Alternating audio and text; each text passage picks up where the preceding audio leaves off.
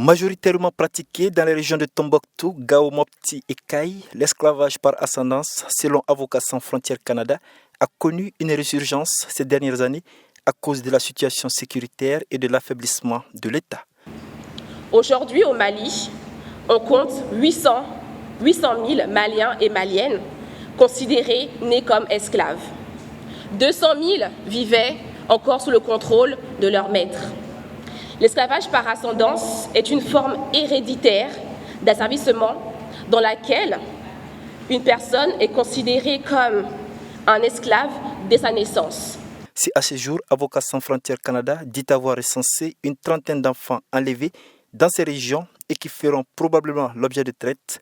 L'association TEMED, qui combat cette pratique, ne reste pas les bras croisés.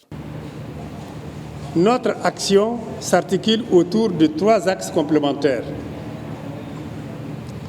Il y a l'éducation aux droits humains pour sensibiliser les populations, y compris dans les zones rurales, au principe d'égalité, de dignité et de justice. L'assistance juridique et judiciaire pour accompagner les victimes dans la revendication de leurs droits et la recherche de justice. L'ONG WILDAF œuvre également aux côtés des autres acteurs pour dénoncer cette pratique et assister juridiquement les victimes de ce phénomène grave et souvent méconnu.